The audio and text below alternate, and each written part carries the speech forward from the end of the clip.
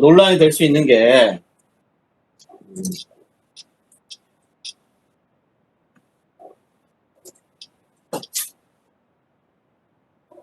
이제 명예훼손이나 명예훼손, 정치인들이든 뭐든 명예훼손, 모욕, 이 두 가지가 있어요. 이 명예훼손이나 모욕이라는 건요, 그냥 둘만에 있을 때는 안 돼요. 공연이라고 그래서, 이 공연이라는 얘기는 공공의 많은 사람에게 알릴 수 있는 이런 겁니다. 이런 게 공연입니다. 이거 공통적인데, 다만 공통점인데 차이점이 있어요. 차이점 뭐냐? 요거는 사실, 구체적 사실이 있어야 되고, 요거는 그냥 두리뭉실하게. 그래서 모욕은 뭐냐? 닭대가리, 돌대가리.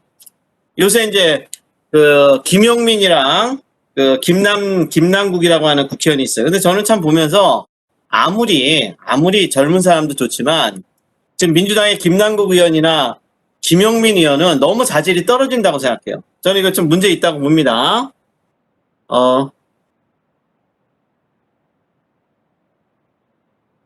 자, 기본적으로 김용민 의원이나 김남국 의원이 있으니까 뭐라 그러면 조국 장관의 부하라고 서민 장관이 얘기하고 서민 교수가 진중권 교수가 얘기했어요. 똘마니.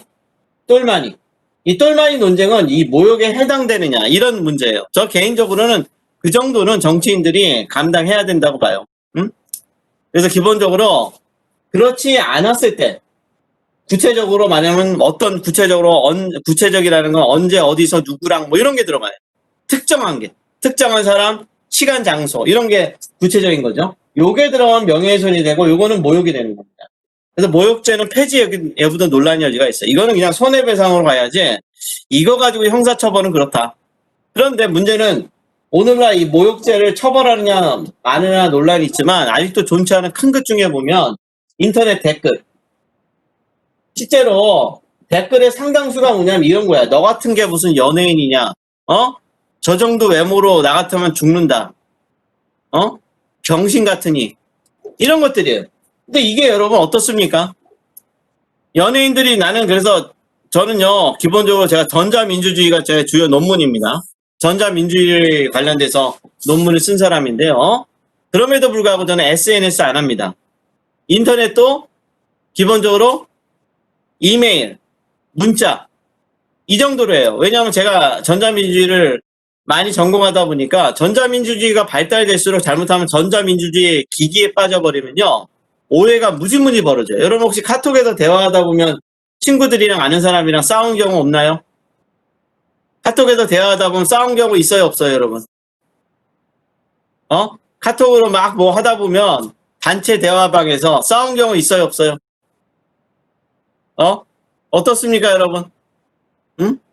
자, 저도요, 우리 교수들끼리도 뭐 어떤 회의할 때 하잖아요. 싸움 무지 벌어집니다. 저는요, 사람은 좋든 싫든 눈으로 보고 오프라인에서 생활을 하는 것을 주로 해야 돼요. SNS, 저는 그래서 조국 장관도 우리 선배지만 제가 몇 가지를 보면서 실망도 많이 했기도 했지만 다 떠나서 SNS 통해서 막 추상적인 말 몇 마디 던지는 거 굉장히 잘못됐다고 봅니다. 지금 조국 장관이 하는 말, 추미애 장관이 말하는 말 다 따라가면 안 됩니다, 여러분. 왜? 거기에는 추상적인 얘기만 써놔요. 구체적으로 이런 얘기가 없어요. 사람은 만나서 얘기하고 얼굴을 붉히든 뭐든 이러면서 술 한잔 먹든 뭐든 이렇게 나가야지 제대로 문제가 해결되죠. 중요한 문제를 얘기할 때 인터넷으로 하면 절대 안 됩니다. 우리 사회를 움직이는 큰 사람들이 다 좋든 싫든 직접 만나서 단판을 짓고 이렇게 해요. 여러분 단판을 짓는데 그걸 위해서 오프라인을 위해서 보조하는 순서에서 여기 또 누가 켰네. 여러분 마이크를 누가 켰어요? 보조하는 한도 내에서의 전자를 해야 SNS를 해야 되는데요. 저는 그래서 모욕죄는 원칙적으로 폐지가 좋긴 하지만 요새 인터넷 댓글 유명인들 죽는 거 구하라 이쪽도 보면 다 이 모욕 때문에 그래요. 모욕. 물론 거기에 구체적 사실이 들어가면 명예훼손이 될 수 있어요. 자, 그래서 이 부분 그래서 모욕은 아직도 저는 존치돼야 된다고 봐요. 그리고 여러분 인터넷에 함부로 말씀은 안 됩니다. 자, 그래서 사실은 말이 나온 김에 실제 우리나라에서 지금 명예훼손이나 모욕은 어디서 많이 일어나요? 오프라인에서 많이 벌어져요? 아니면 인터넷상에 많이 벌어져요? 어디서 많이 인터넷이죠? 자, 그러면 여러분 내가 물어볼게요. 이런 댓글이나 이런 거 마저 나왔으니까 사실 이 명예훼손은요. 진실한 사실도 처벌돼요. 진실에도 처벌돼요. 허위는 더 가중 처벌돼요. 허위는 형이 더 높아요. 그러나 중요한 건 명예훼손은 여기서 들어가는 게 명예훼손은 여러분 잘 보입니까? 지금 쓴 거 잘 보여요? 진실 허위 잘 보입니까? 아까보다 좀 흐릿하게 나와서 그럽니다. 자, 진실. 자, 요 진실인데 다만 요 경우에는 공익을 위할 때. 즉 추미애 장관 아들 조국 장관 요럴 때는 요 경우에만 처벌이 안 돼.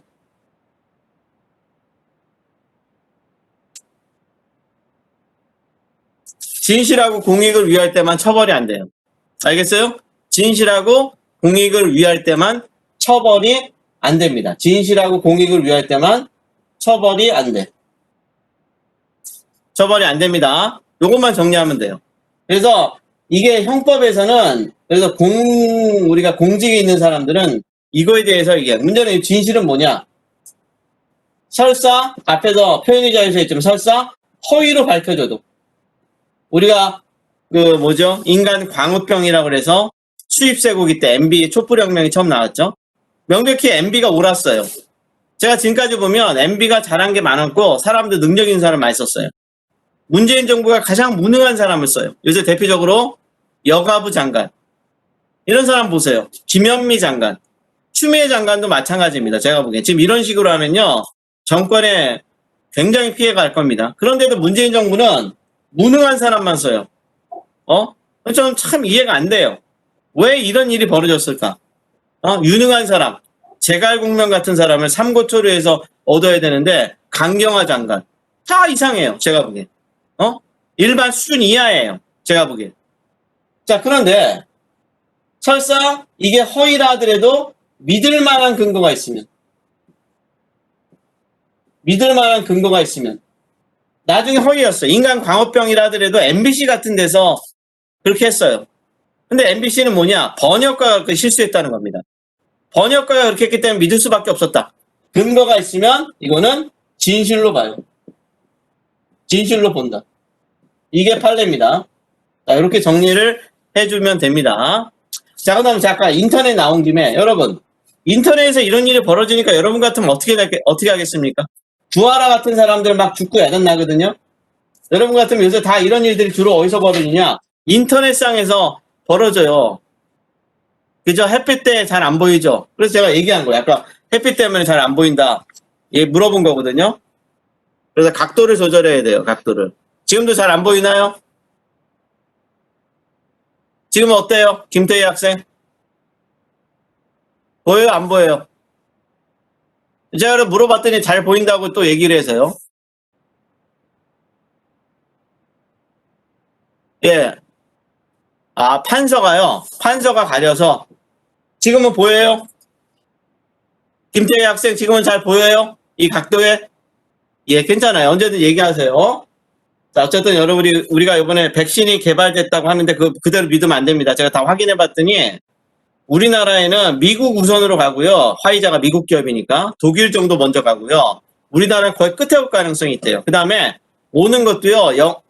영하 70도를 보존해야 된대요. 근데 지금 영하 70도를 보존할 수 있는 운반 장치가 거의 없답니다. 더구나 우리나라는 비행기 아니면 배로 와야 되는데 영하 70도를 유지하는 게 힘들대요.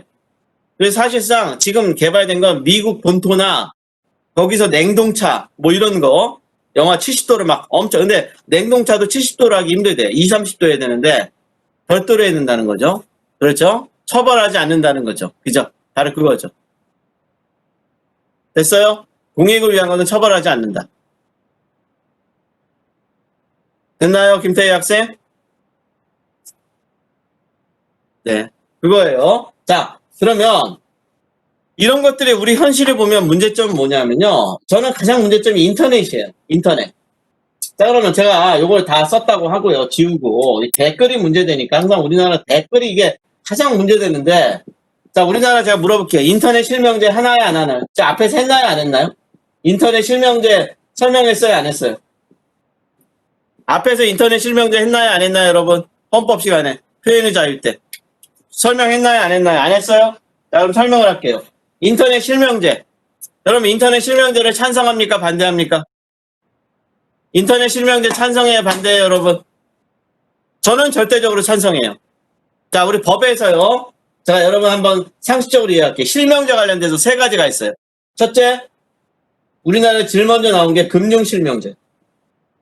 금융을 남의 이름으로 하면 안 되고 자기 이름으로 해야 돼. 그래야지만 세금도 매기고 제대로 이걸 파악할 수 있어요. 두 번째, 뭐가 있을까요? 우리나라 실명제를 자기 이름으로 해야 되는 거. 대표적으로 뭐죠? 금융실명제가 있어요. 지금도 그대로 유지됩니다. 또 뭐 있어요? 부동산 실명제. 그래서 손혜원 얼마 전에 저는 우리나라 참 보면서 나라가 발전돼 나가야 되는데 손혜원 같은 거의 뭐 사기꾼에 가까운 의원이 나와서 국민을 홀리는 걸 보면서 너무 분노했어요. 부끄러움도 하나도 없어요. 철면피해요. 근데 이번에 1심에서 유죄 받았습니다. 그게 뭐냐? 지가 사놓고 조카 이름 갖다는 거예요. 조카는 군대 가는데 군대 이름을 빌려놓고 자기가 돈 하나도 안 썼고 실제는 자기한테 관리도 안 줬다는 겁니다. 그랬더니 나중에 뭐냐, 자기는 얘 모르게 뭐 준다. 말도 안 되는 헛소리 하지 말고요. 이 부동산 실명제. 이거는 그대로 유지되고 있어요. 유일하게 인터넷 실명제만 뭐가 되느냐? 위헌이 됐어요. 위헌. 자, 저는 인터넷 실명제 위헌, 헌법재판소 명백히 잘못했던 겁니다. 저는 헌법재판소든 대통령이든 누구든 간에 잘못된 건 잘못된 겁니다. 왜 그러냐? 인터넷 실명제는 누가 만들었을까요? 누가 만들었을까요? 인터넷 실명제를? 우리나라에서 인터넷 실명제를 처음으로 만든 사람이 누굴까요?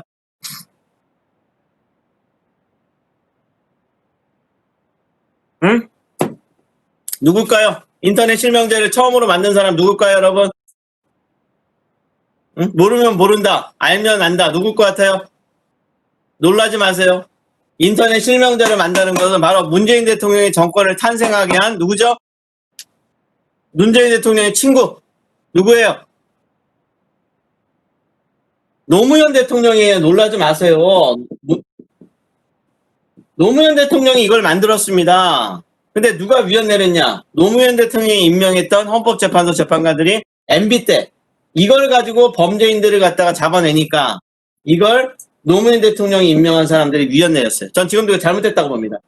이건 노무현 대통령이 했듯이 이거는 실명제 유지돼야 돼요. 왜 그러냐? 제가 글을 쓰면요. 지금은 신문이나 이런 데 덜 쓰지만 그런 글을 쓰게 되면 내 이름과 심지어 신문에 보면 사진이 나가요. 어떻게 할까요? 함부로 막 쓸까요? 되게 신중하게 쓸까요? 함부로 막 쓸까요? 아니면 신중하게 할까요? 신중하게 쓰죠. 내가 신문에 얼굴과 내 이름 갖다 놓는데 막 거기다 놓고 씨발 막 이 새끼 저 새끼 막 쓰고 아이고 엿 먹어라 밥맛이네 쓸 수 있어요? 쓸 수 있어요, 여러분? 힘들어요. 저는 그래서 실명제라 우리가 표현의 자유는요. 실명제를 전제로 하고 책임을 지고 얘기하는 게 표현의 자유죠. 입에서 나오는 걸 다 하는 건 욕이에요. 욕은 표현의 자유가 아닙니다. 아까 말한 대로 욕, 모욕죄입니다. 최소한 모욕죄 아니면 명예훼손입니다. 거짓 사실을 퍼나르는 거 이것도 안 돼요. 검증 안 되는 거 퍼나르는 거 심지어 여러분 남자 여자가 뭐 포옹하고 뭐 동영상 성관계 동영상 구하라가 그것 때문에 쪽팔리게 됐던 건데 자 그게 동영상은 사실일 수 있어요. 그 퍼나르면 됩니까 안 됩니까? 구하라 그 남자놈이 아주 나쁜 놈이죠. 몰래 찍었다는 겁니다. 자 그거 동영상 도덕적으로는 그 여자가 아유 결혼 전에 이럴 수 있어요. 근데 둘이 사랑했던 사이기도 하지만 다 떠나서 그거 진실하더라도 그거 퍼나르면 돼요 안 돼요? 됩니까 안 됩니까? 그런 동영상 이거 어떻게 돼요? 동영상 같은 거 퍼나르면 어떻게 돼요? 구체적인 사실이 들어가 있어요. 이건 모욕이 아니라 뭐가 됩니까? 이건 명예훼손이 되는 겁니다. 명예훼손. 조심하세요. 그럼 명예훼손이고 구하라가 공익입니까? 구하라의 어떤 특정한 신체적으로 막 성관계 맺는 게 공익이에요? 무슨 공익이죠? 여러분 호기심이 공익입니까? 호기심이 공익이에요? 그렇다면 여러분 여자 화장실에 몰래카메라 설치하고 지하철에서 몰카 찍는 놈들. 이거 그럼 공익을 위한 겁니까? 호기심이면 돼요? 호기심은 공익을 위한 게 아니에요, 여러분. 기준을 정확하게 정립을 해줘야 돼요. 추미애 장관 아들, 권력 있는 사람이 지금까지 남용해 오면 그 자리에 있으면 안 돼요. 조만간 밝혀질 거예요. 고등검찰청에서 또 문제될 겁니다. 요번에 문제되는 원자력 문제. 제가 여기 오늘 제가 검찰도 활동하고 법원도 활동하고 여러 모든 부처의 활동을 많이 했어요. 요새는 자제를 했지만 감사원 관계자들이랑 한번 만나서 물어볼 거예요. 저는 그 감사원 관계자가 다 공개돼 있으니까 그 자료 볼 텐데 공무원이 말이죠. 요새 문제되는 거 공무원이 국가 공문서를 파기하면 됩니까? 안 됩니까? 국가 컴퓨터에 저장되어 있는 공문서를 그냥 파기하면 돼요? 안 돼요, 여러분? 상식적으로 될까요? 안 될까요? 지금 문재인 정부에 있는 여당은요, 국민을 속이고 있는 겁니다. 국민을 바보로 하는 겁니다. 그 공문서는요, 공적으로 문제가 있다고 허위라고 밝혀져서 폐기하면 몰라도요, 그런 절차 없이 일방적으로 파기하면요, 공문서 손괴죄라고 형법에서 범죄가 명백히 됩니다. 검찰이 당연히 수사해야 될 사항이에요. 당연히 수사할 사항을 수사하는데 이게 정치적이라고 한 추미애 장관이랑 민주당에서 국민을 속이고 있습니다. 법을 모르는 국민들은 그러네? 저 사람들 거짓말 안 하겠지? 내가 보기엔 순 거짓말이 너무 많아요. 절대 속지 않길 바래요. 자, 여러분 제가 흥분하면 안 되는데 노무현 대통령이 했던 인터넷 실명제는요. 저는 맞아요. 이것도 유지돼야 됩니다. 그래야지 지금 우리가 벌어지는 많은 일들을 하지 인터넷상에 벌어지는 일은요. 이거는 범죄 소굴이에요, 지금. 자, 여러분 조심하길 바래요. 여러분 결코 거기에 대깨문이니 뭐니 이런 인간 타러다니면서 막 댓글에서 너 같은 돌대가리야 떠나가라 막 이게 모욕입니다. 범죄입니다. 전 대깨문들 논리적으로 이러이러한 점이 문제가 있다. 왜 그렇게 하십니까? 라고 비판하는 건 좋아요. 근데 그 선을 넘어서서 너 죽어라. 너 같은 인간은 밥맛이다. 막 이런 식으로 하는 건 이건 표현의 자유 영역이 아니에요. 그건 표현의 자유가 범죄입니다. 알겠어요? 그래서 여러분들 그 부분도 한번 생각해 보길 바라고요. 자, 이제 그 다음에 여러분들이 실제로 이제 명예 있었고요. 그 다음에 성범죄. 제가 이제 여러분들 실제 요새 성범죄가 하도 시끄러우니까 성폭력. 성폭력에 대해서 한번 정리를 해줄게요. 이제 우리가 이 성폭력이라고 하는 것은 뭐냐면 사실은 성에 대해서 폭력이라는 건 일방적이라는 거예요. 권력. 우리가 국가기관을 조심해야 되는 게 국가는 권력을 가졌는데요. 권력은 일종의 폭력이에요. 일방적인 거예요. 일방. 상대방이 원하지 않은데도 하는 게 폭력이에요. 그럼 여기 성폭력에는 뭐가 있냐? 첫째, 강간. 그 다음에 두 번째, 강제추행. 강간, 강제추행. 세 번째, 뭐가 있냐? 성희롱. 요새 문제되는 성희롱. 이것도 일방적인 거예요. 상대방에 대해서. 그런데 문제는 강간은 제가 여러분들 성인들이 다 남자의 특정한 성기가 여성의 성적 부위로 들어가는 겁니다. 그죠? 예, 나갔다 오세요. 요거는 강간이에요. 그 다음 강제추행은 남자든 여자든 상관없이 가슴, 엉덩이, 허벅지, 키스, 껴안는 거 이런 것들이 다 특정한 행위예요. 그래서 지하철 추행범들 주로 엉덩이를 만지죠, 여자들. 근데 제가 옛날에 보니까 남자의 엉덩이를 만지는 남자놈도 있더라고요. 동성애자도 있어요. 요새는 동성이든 이성이 상관없이 다 되는 겁니다. 여기까지는 형벌이에요. 형법. 우리가 배운 형법의 영역이에요. 근데 성희롱은 뭐냐? 아이 미스김 오늘 섹시한데? 야 이거 추파 윙크 던지면서 자꾸 하고 그 다음에 지하철에서 그런 놈들이 있는데 치마 입은 사람들 스타킹 이런 다리를 쫙 쳐다본다든지 아주 윙크 한다든지 막 계속 이런 사람들. 그 다음에 언어 그 다음에 눈빛 이런 거. 그 다음에 직접 가서 앉지는 않지만 앉는 듯하게 가까이 오는 거. 이런 행동들. 이게 성희롱이에요. 제가 성희롱 예방 강사를 알아서 이건 민사상 손해배상. 민사 손해배상. 그래서 강간과 강추행은 형법입니다. 그래서 박원순 시장 사건은 뭐냐? 제가 존경했던 그 박원순 시장인데 참 마음이 아파요. 그러나 저는 그걸 부정하지 않습니다. 있는 그대로를 봅니다. 그리고 저희 집에서 가까운, 제가 여기 오른쪽 가면 그 성벽 밑에 산책하는 데가 거기서 죽었어요. 마음이 참 아프면서 찝찝하기도 해요. 그럼 박원순 시장 사건은 뭐냐? 자, 박원순 시장 사건은 지금 박원순 시장이 그 뭐죠? 남자가 이제 그 뭐죠? 속옷, 팬티나 이런 것만 입는 옷을 그 사진을 찍어서 자기 비서한테 보냈대요. 이건 뭘까요? 강간은 당연히 아니죠. 강제추행입니까? 성희롱입니까? 여러분. 강제추행이에요? 성희롱이에요?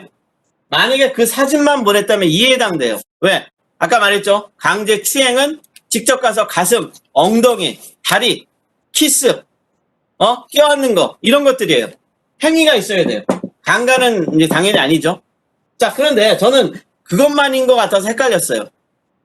그런 성희롱을 당하면 사실은 손해배상으로 끝나야 되는데 사회적 지위가 뚝 떨어지죠. 그러니까 뭔가를 했어요. 그건 명확한 것 같아요. 근데 실제 지금 벌어지는 건 뭐냐면 여성의 그 젊은 여성의 다쳤다 그러니까 그 다리를 보면서 호호하면서 다리에다가 뽀뽀하려고 했다는 거죠. 다리에다 아마 뭐 다리를 만지거나 아마 접촉을 했나 봐요. 호호하면서 다리를. 그건 뭘까요? 사진 보내는 정도가 아니라 여성의 치마 입은 다리에다가 아우 상처 났네 하면서 발라주는 척하면서 여성의 다리 쪽을 만지고 거기다 뭐 키스하려고 했다면 그럼 뭐가 되죠, 여러분? 무슨 뭐가 돼요? 이때는 강제추행이 되는 겁니다. 추행. 그래서 지금 명확한 건 이거예요. 명확한 핸드폰에 보내온 거니까 이건 맞아요. 그런데 지금 말한 대로 그런 행위가 정말 있었다면 이건 강제추행이에요. 변태죠, 제가 보기엔. 변태죠. 왜? 여자 다리를 거기다 호호해주면서 우리 같으면 그런 그 상상을 못할 일들이에요. 이거예요. 강간은 아니에요. 그래서 강제추행이냐 성희롱이냐. 그러나 그 모두 다 성폭력이에요. 폭력. 일방적인 겁니다. 그러면 손해배상이 끝나든 뭐든 둘의 경우 둘 다 뭐가 되느냐. 이거는 다 사회 매장이 됩니다. 그래서 여러분 성폭력에 대해서 한번 이해해 주려고 제가 얘기를 했고요. 자, 이렇게 해서 성폭력 교육까지 오늘 다 끝냈습니다. 이렇게 제가 성희롱까지 아니까 정확하게 설명을 드린 겁니다. 성폭력. 자, 그리고 나서는 나머지 범죄들이 있는데 제가 뭐 따로 안 할게요. 기본적으로. 나머지 안에서 절도, 강도 이런 거 대충 여러분 이해할 거고요. 그 다음에 쭉 나오는데 요새 어쨌든 제가 문제되는 걸 보면 위조, 변조 뭐 이런 거 나오는데 뭐 그런 거 신경 쓰지 마세요. 자기가 A가 B인 것처럼 쓰는 걸 위조라고 그러고요. 내용을 바꾸는 걸 변조라고 하는데 뭐 그런 내용은 다 여러분 실제 중요하지 않고요. 사기는 속이는 거죠. 요새 라임 옵티머스 뭐 이런 것들이죠. 자, 근데 요거 관련해서 형법은 이렇게 정리를 하고요. 자, 그 다음 문제로 마지막으로 형법 중에서 제일 중요한 게 요새요 뇌물 있고요. 김영란법이 있어요. 김영란법 보면 주로 공무원이고요. 교수도 포함돼요. 근데 우리 교수까지 포함시킨 건 좀 이해가 안 되지만 좋아요. 교수, 기자, 국회의원 다 되는데 이 뇌물은 기본적으로 공무원이거든요. 공무원. 그래서 지금 윤석열 검찰총장 부인 관련돼서 부인이 그 유명한 화가들 같은 옛날부터 많이 했대요. 근데 그거를 하는데 언론사가 주최하고 기획을 한 거예요. 어떻게 하면 좋다. 그래서 실무를 담당했다는 거죠. 어디다 어떻게 걸고 뭐 이런 거죠. 그랬을 때 이게 뭐냐. 지금 왜 부인 관련돼서 협찬받은 걸 문제 삼냐. 이거 뇌물로 문제 삼는 겁니다. 윤석열. 왜? 부인이 문제가 아니라 부인을 통해서 윤석열 검찰총장의 공무원인 윤석열 검찰총장 뭔가 관련된 거 아니냐라는 거예요. 이게 본질이에요. 근데 그러려면 어떻게 돼야 되느냐. 어제 영장도 기각됐던데요. 언론사가 그 돈을 받아서 윤석열 검찰총장의 부인한테 돈을 주고 그 부인한테 돈을 주면서 가장 중요한 것은 공무원에게 부정한 청탁을 해야 돼.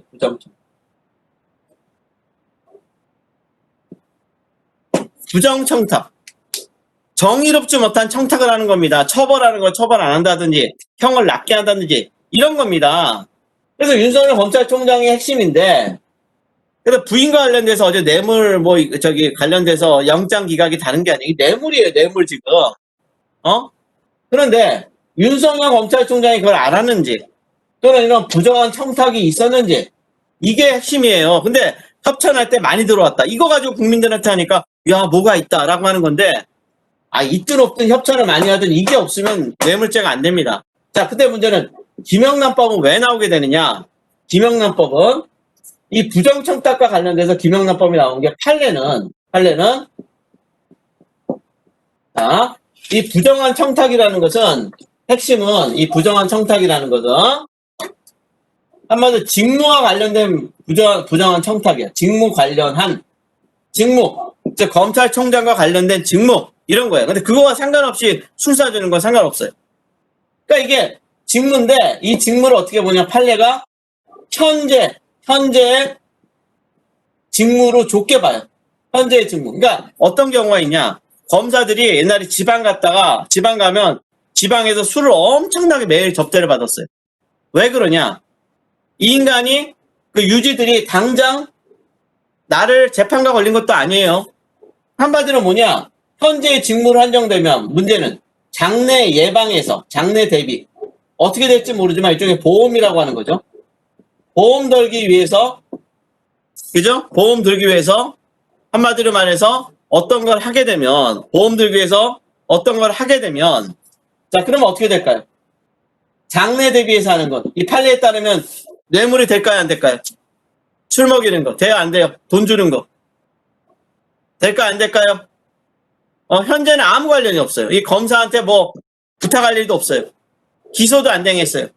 그런데 장래 이 사람들이 나를 어떻게 할까 싶어서 미래를 대비해서 술 사주고 선물하고 돼요? 안 돼요? 이거 뇌물 돼요? 안 돼요? 판례에 따르면 됩니까? 안 됩니까? 여러분? 안 되는 거예요. 현재만 직무, 현재 부정청탁 이렇게 돼야 돼요. 이게 문제가 되는 겁니다. 이걸 제일 많이 했던 데가 어딜까요? 장래 대비해서 보험 대비해서 판검사 이상을 관리 잘한대. 그게 뭘까요? 그게 어떤 기업이 하나 있어요. 그게 누구냐? 그게 바로 삼성입니다. 이건희가 엄청난 돈을 가서 전국에 있는 부장 판검사 이상을 아는 변호사 통해서 골프도 치게 하고 술도 대신 사주게 하고요. 그때 아무런 부탁도 안 했어요. 부탁 없이. 이거 부정한 청탁이 있어야 돼. 청탁. 직무 관련해서. 그거와 상관없이 준 거예요. 그러니까 그 사람들이 나중에 삼성에 문제가 되면 유전 무죄를 시키는 거죠. 이런 것들은 못 잡아냈어요. 따라서 현재 직무 때문에 이거는 안 되게 되는 이런 거예요. 그래서 이런 것들 때문에 그거와 전혀 상관없이 공직이거나 교수 누가든 돈만 받으면 돈 접대를 받으면 이거는 핵심은요 형벌이 아닙니다. 김영란법 과태료입니다. 과태료 주로 과태료를 매깁니다. 그걸 받으면 그래도 이거는 나쁜 거죠. 저는 이거는요 판례가 잘못됐어요.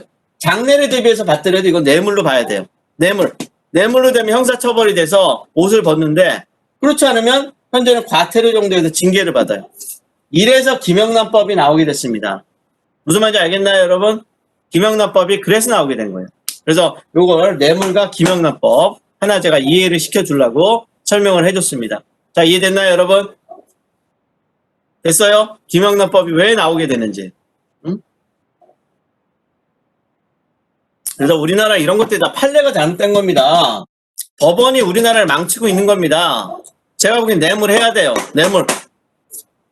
자 그러면서 이렇게 해서 형법을 끝내고요.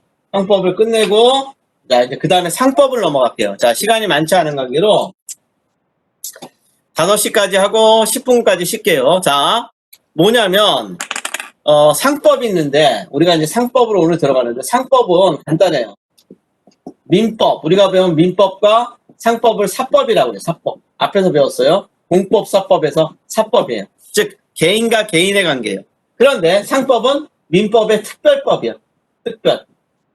민법이 일반적이고 이게 특별법이에요. 왜 그러냐? 왜 그녀를 알아야 돼요? 자 여러분 사례를 말해줄게요. 여러분 집을 사거나 전세를 할 때 어떻게 하죠? 집을 사거나 전세를 얻을 때 어떻게 돼요? 특정한 사람한테 가서 특정한 사람이 계약을 하죠. 자 계약을 해요. 일반적으로 1대1 보통 1대1로 계약을 하죠. 이게 일반적인 민법의 특징이에요. 근데 상법은 뭐냐? 상법이 적용되는 일은 아주 간단해요. 불특정 다수. 물론 집 보러 여러 사람이 올 수 있지만 계약은 한 사람만 하게 돼요. 그죠? 집은 여러 사람이 볼 수 있어요. 그러나 계약은 1대1로 계약을 해요. 근데 불특정 다수와 그다음에 상법에 적용되는 사람을 누구라고 그러냐면 상인이라고 해요. 상인. 그러니까 장사 이런 얘기 장사. 근데 여기는 사람 1인일 수도 있고 기업일 수도 있어. 삼성 같은. 이런 상인과의 불특정 다수다 보니까 상인과의 다수 간의 계약이 벌어져. 다수 간의 계약. 이건 여러 사람이 올 수는 있지만 집을 보러 와도 계약은 한 사람만 해야 돼. 1대1. 근데 이거는 불특정 다수와 상인 간의 다수 계약이 벌어져요. 다수 계약. 그러다 보니까 어떻게 되냐? 불특정 다수가 더 지위가 높을까요? 아니면 요 상인이 더 지위가 높을까요? 핸드폰을 생각해봐요. 핸드폰을 사는 사람들이 지위가 높을까요? 핸드폰을 파는 사람이 지위가 높을까요? 누굴까요? 삼성이 높을까요? 일반이니까요. 사는 사람이 높아요? 아니면 삼성이 높아요? 여러분 한번 생각해봐요. 삼성이 높아요? 이 사람이 높아요? 자, 여기서 보면 이 다수간을 매을 때 여기는 어떻게 되냐? 약간이라고 그래서 약간 핸드폰이든 뭐든 하면 약간이라고 미리 계약이 만들어져 있어요. 미리 계약 조건을 누가 정해요? 약간은 누가 정합니까? 물론 약간 규제법은 나중에 소비자보호법 하겠지만 누가 정합니까? 삼성이 정해요? 아니면 불특정 다수가 정합니까? 에? 삼성이 정해요? 불특정 다수가 정합니까? 삼성이 정해요. 그러다 보니까 이쪽이 좀 더 갑질을 할 수 있어요. 쉽게 말하면. 바로 이런 것 때문에 약간 규제법을 나중에 할 거긴 하지만 그와 별개로 이런 법이 왜 만들어졌냐. 불특정 다수와 이런 상인과의 다수 계약을 잘못하면 상인이 갑질할 수 있어요. 우월적 지위가 있을 수 있어요. 따라서 누구냐? 상인을 규제하기 위한 법이야. 규제. 그래서 민법보다는 특별법이에요. 그죠? 그래서 다수의 계약이 많이 벌어져요. 동시다발적. 됐나요? 이게 바로 상법의 영역입니다. 상법의 영역. 그러면서 쉬기 전에 상법에 대해서 재밌는 것 중에 하나가 여러분 판례 중에 이런 게 있었어요. 여러분 음식점 가면 혹시나 당연히 수평적 계약이죠. 그렇게 일방적으로 약관을 맺었지만 다수가 원해야지만 살 수 있죠. 다수가 예스 안 하면 계약이 안 돼요. 그래 수평이에요. 즉 일방적이라는 건 국가가 여러분한테 세금을 매겨요. 국가가 세금을 매깁니다. 국가가 세금을 올렸어요. 내가 원하지 않아도 내가 세금 안 낼 수 있나요? 국가가 여러분한테 세금을 매겼습니다. 내가 원하지 않으면 세금을 안 낼 수 있나요? 내야 되나요? 여러분 어떻게 돼요? 내가 원하지 않으면 세금을 낼 수 있어요? 내야 되죠. 이게 일방적이에요. 이게 바로 수직적 관계. 반면에 수평은 이렇게 하더라도 이 사람이 안 사면 상관없어. 아니 나 이거 안 사. LG 살 거야. 모토로라 살 거야. 그래서 기본적으로 다른 거 살 거야. 이런 거죠? 이게 수평적입니다. 다만 실질적으로 약간의 차이가 있어요. 자, 이런 건데 한마디로 말해서 요럴 때 이런 규제인데 자, 여러분 음식점에 갈 때 지금은 옛날에 보면 신발 분실에 대해서 책임 안 집니다. 그런 거 봤어요? 못 봤어요? 신발 분실에 대해서 책임 못 집니다. 봤어요? 못 봤어요? 봤죠? 지금은 그거 봤어요? 안 봤어요? 신발 분실에 대해서 책임 안 집니다. 지금 있어요? 없어요? 과거에 많았었어요? 지금은요? 없어졌어요. 즉 일방적으로 약간 비슷하게 정해오는 거예요. 신발에 대해서는 신발 잊어버려도 책임 안 집니다. 알아서 하세요. 밥 먹어서 끊임없이 볼 수도 없잖아요. 잊어버리면 끝. 과거에 그랬어요. 지금은 판례가 어떻게 바뀌었냐. 그렇게 일방적으로 정한 신발 분실 책임 없다. 요거 무효로 해버렸어요. 판례가. 무효. 즉 일방적으로 이렇게 정할 수 있어요. 무효로 해버렸어요. 자, 그래서 지금 어떻게 될까요? 신발 벗고 가는 데가 많아요? 아니면 신발 벗지 않고 신고 가는 데가 많아요? 지금 음식점들이 다 어떻게 바뀌었어요? 신발 신고 갑니까? 신발 벗고 갑니까? 신고 가는 것이 많아져요. 옛날에 벗고 갔던 장소를 다 신발 신는 쪽으로 다 개조를 해버렸어요. 왜? 이것 때문에 그래요. 그래서 이게 일방적으로 이런 것들이 될 수 있는 것들을 무효화시키는 겁니다. 자, 그러면서 상법 지금 원래 10분에 시기로 했는데요. 그냥 4시 56분이니까요. 5시 6분까지 쉽시다. 그리고 나머지 회사 좀 더 제가 설명하고요. 민사소송 들어갈 겁니다. 네, 5시 6분까지 쉬세요. 자, 5시 6분에 시작할게요. 자, 회사, 주식회사 몇 가지만 볼 겁니다. 자, 오케이.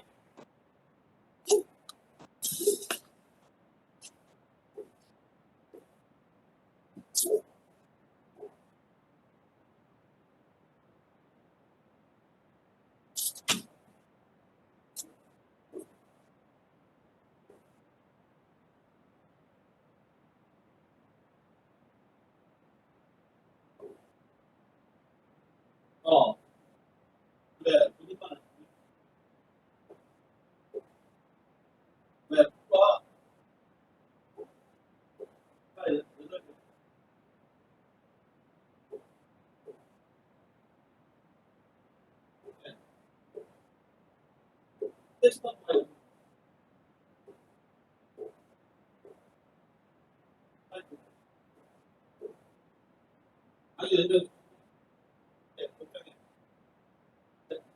빨리.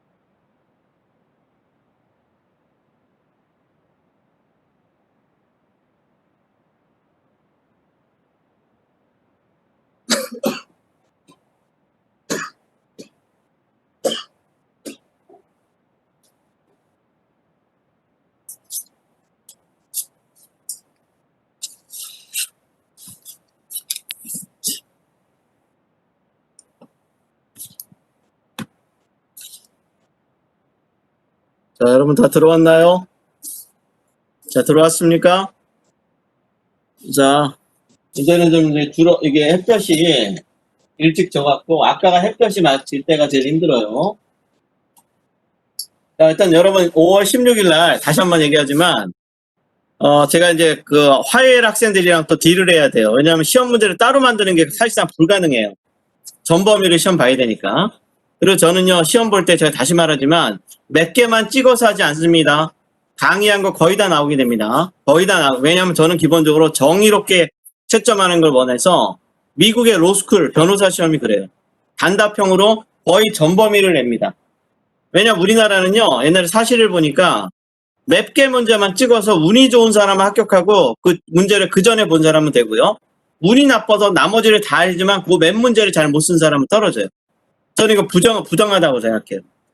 그래서 객관식도 한 방법인데 이걸 객관식으로 내자니 또 OX는 절대 안 냅니다. 그거는 OX를 내는 사람이 있지만 실력도 있지만 잘못하면 찍어서 될 가능성이 높아져요. 이건 안 된다고 보고요. 자, 지금 이제 마저 할 건 상법 중에서 상법에는 일반적으로 상법 총론, 회사법, 유가증권법, 보험 이런 게 있어요. 근데 그런 거 다 제가 안 할게요. 이 실제는 유가증권은 별로 여러분이 수표나 어문 요새 거의 안 써서요. 카드로 다 하기 때문에 그렇고요. 보험은 약관을 잘 보고 약관법에서 제가 설명을 할게요. 보험 관련해서. 자, 이런 것들을 약관에서 설명할 테니까 소비자보호법에서 그 정도만 하고요. 자, 이제 중요한 건 회사인데 회사의 종류를 옛날에는 막 얘기했어요. 뭐 1인 회사, 한명 합작, 뭐 그다음에 주식회사 이런 거 있지만 그 중에서 다 빼고요. 실제 현실에 중요한 건 주식회사인데 이 주식회사가 여러분 제일 많이 알 거예요. 한마디로 중요한 건 주식회사는 주식이 중심이 되는 거예요.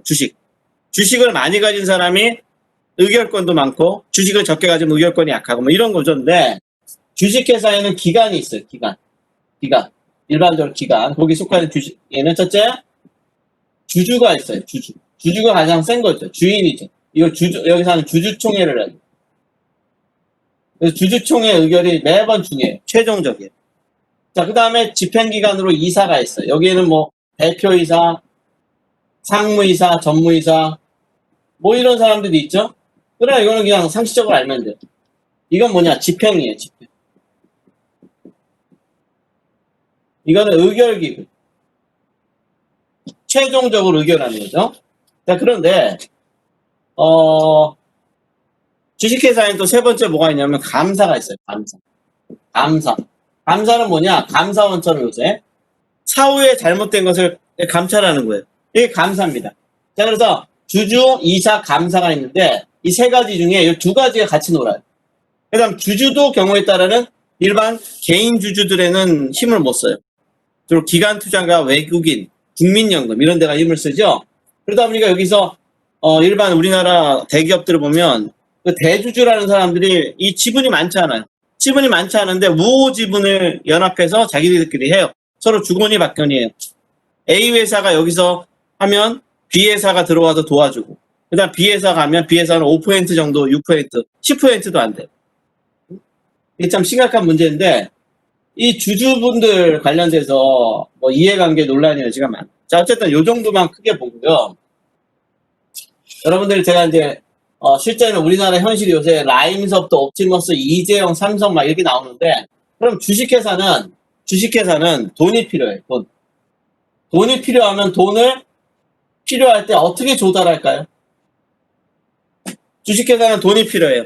회사를 더 크게 하고 싶어요. 투자하고 싶어요. 물론 자기 돈으로 하면 제일 좋죠. 근데 자기 돈으로 안 될 때 어떻게 하죠? 자기 돈이 없을 때는 어떻게 됩니까? 어떻게 조달합니까?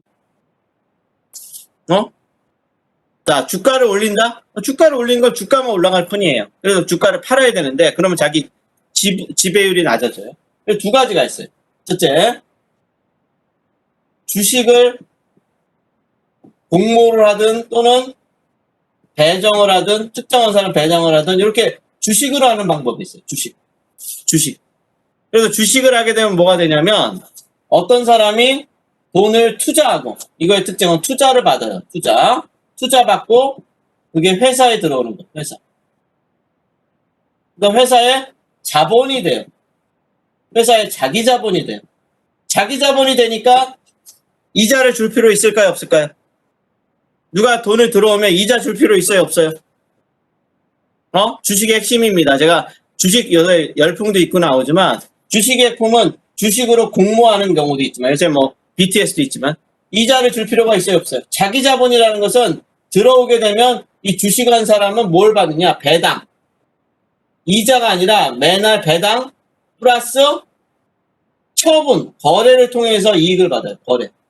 가격이 뛰게 되면 그 거래에서 되는 거죠. 그죠? 공모가 뭐죠, 여러분?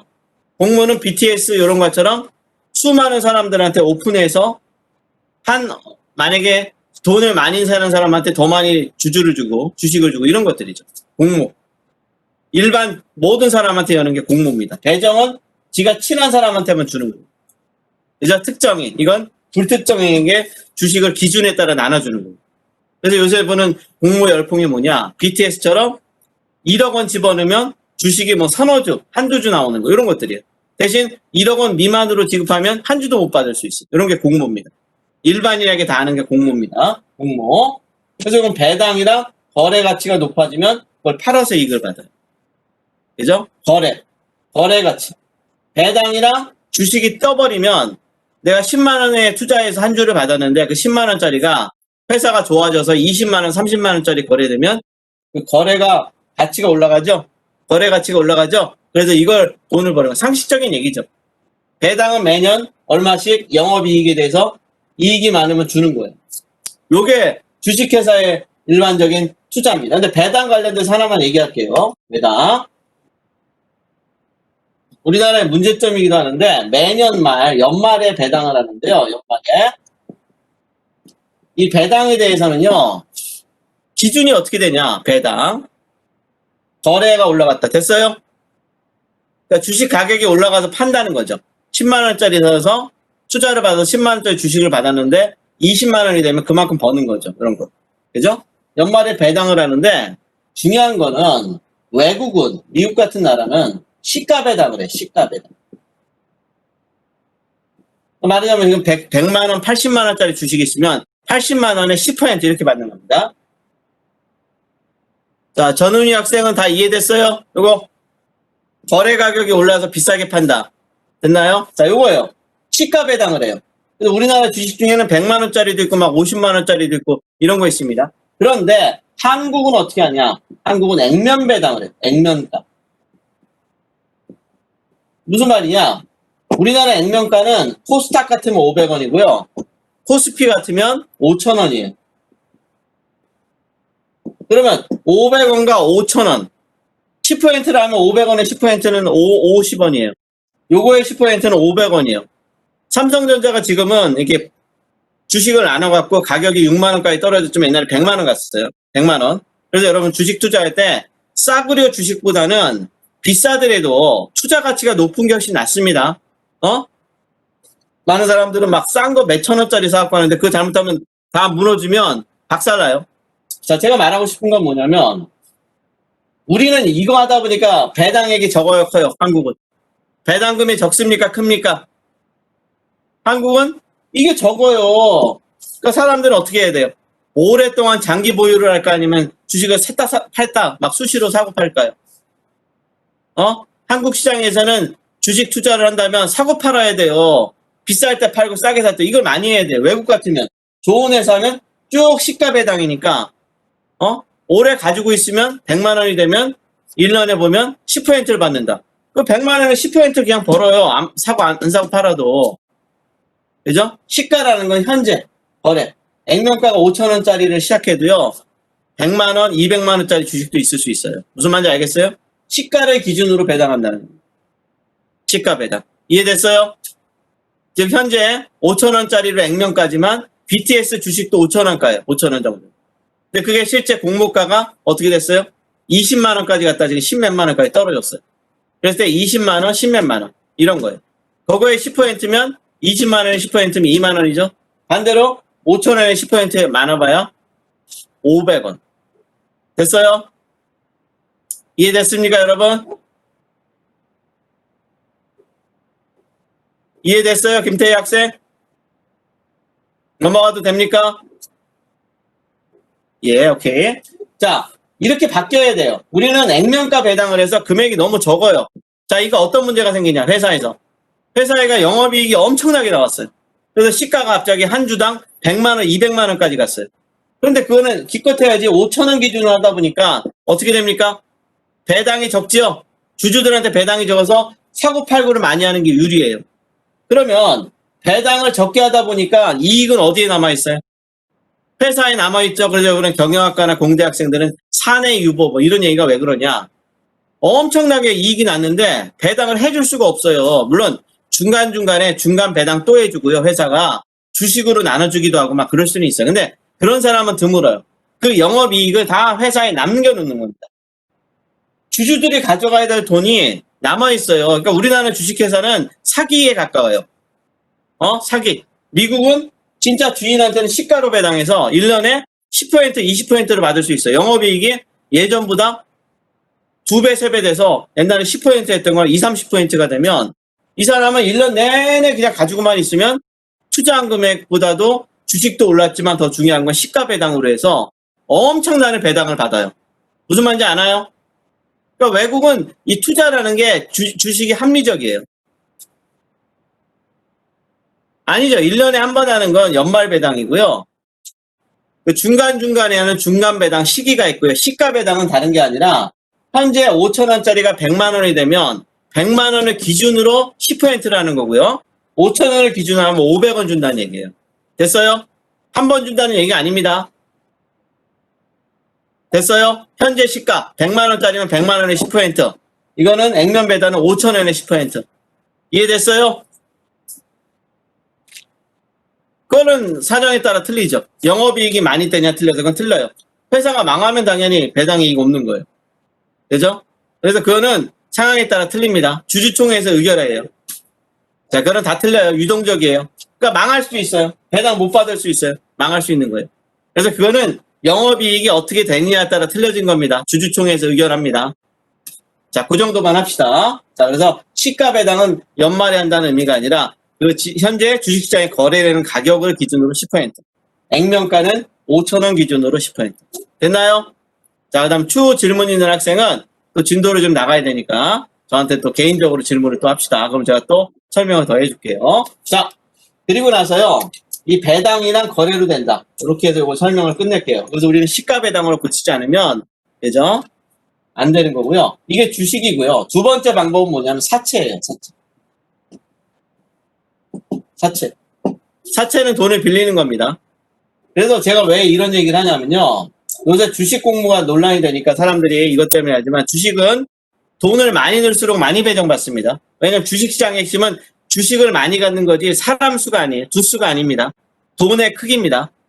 자, 그런데 사채가 요새 논란이 되는 건 바로 이재용의 전환사채 때문에 문제예요. 사채는 뭐가 되냐? 돈을 빌리면 이거는 이 돈은 회사에 들어와도 타인 자본이에요. 자기 자본이 아니라 타인 돈이에요. 회사 돈이 아니야. 요거는 자기 자본이 돼. 그래서 회사가 어떻게 돼요? 자, 여러분 물어볼게요. 어떤 회사가 주식 공모를 해서 자본이 더 많이 투자를 들어오면 그 회사의 주식은 물론 다수기 때문에 기본적으로 주식수가 늘어나니까 지금 가격은 떨어지는 측면이 있겠지만 투자를 받으면 일반적인 주식을 거래되는 가치는 올라갈까요? 떨어질까요? 주식이 많이 들어가게 돼서 투자를 많이 받으면 주식 가치는 올라갈까요? 떨어질까요? 주가는 거래되는 주가는 떨어질까요? 올라갈까요? 올라가죠, 일반적으로. 물론 숫자가 늘어난 만큼 약간 희석은 되지만 올라가요. 근데 어떤 회사가 사채를 받았어요. 주식이 올라갈까요? 떨어질까요? 사채를 많이 빌렸어요. 떨어지죠. 왜 그럴까요? 생각해 보세요. 만약에 이 회사가 미래가 밝으면 주식으로 돈을 구할까요? 아니면 사채로 구할까요? 이 주식 회사가 전도가 막 밝아요. 앞으로 발전 가능성이 너무 높아요. 그럼 뭐라면 주식으로 가는 겁니다. 주식을 발행해서 돈을 받는 게 좋아요. 근데 이게 안 되는 회사들이 있어요. 이때 뭐야? 그럼 사채 가는 거예요. 사채업자들이 끼는 겁니다. 여기.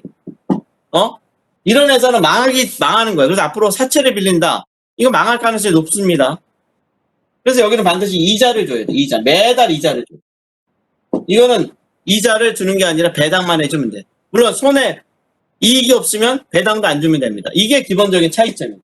그래서 주식과 사채 이 두 가지 개념을 봐야 되는데요. 자, 그러면 제가 물어볼게요. 이재용 사건이 있었어요. 그래서 이재용이 삼성물산이나 제일모직 때문에 박근혜 대통령 때 다시 삼성 전체를 먹기도 했지만요. 삼성에서 옛날에는요, 삼성이든 상법의 회사가 이렇게 하나가 있으면 A 회사가 있으면 같은 계열사 삼성의 A 회사가 100억으로 만들어졌어요. 근데 100억을 가지고 다시 B 회사에 100억을 또 출자를 해요. 그럼 C 회사는 어떻게 하냐? C 회사를 또 삼성물산, 삼성전자, 여러 가지 회사. 그러면 C, D, E, 이런 식으로 더 많겠지만 이렇게 했습니다. 그럼 뭐냐? 100억이 일로 갔다가 200억이 또 일로 가요. 또 200억이 일로 갑니다. 200억이 일로 갑니다. 따라서 200억이 또 일로 갔어요. 자, 그러면 일제 회사들의 A, B, C, D, E는 각자 100억씩 자본금이 있다고 봅시다. 그죠? 타인 자본.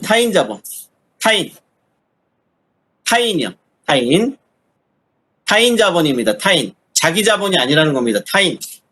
다른 사람 건이라는 거예요. 근데 주식은 자기 돈이라는 겁니다. 자, 여기서 100억인데 이 회사는 그러면 이 회사의 자본은 100억이 여기 있어야 되고 여기도 100억도 있어야 되고 100억도 있어야 100억인데 실제는 어때요? 이 회사들이 얼마가 있어야 돼? 총 100억이라면 하나, 둘, 셋, 넷, 다섯 500억이 있어야 되죠. 그 계열사는 삼성이든 뭐든 총 500억이 있어야 되는 거죠. 전체적으로.